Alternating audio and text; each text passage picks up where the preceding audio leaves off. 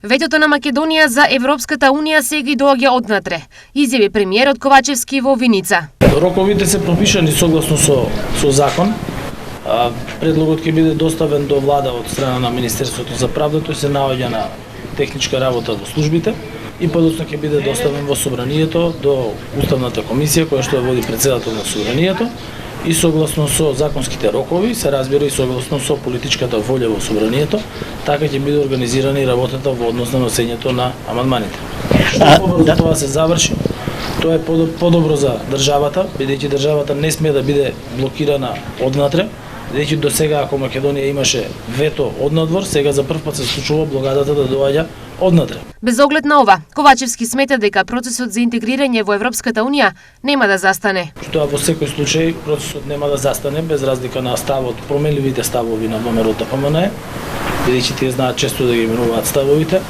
Со оглед на тоа дека јас верувам дека во собранието од 120 пратеници има огромно мнозинство кои што се за европска интеграција на државата.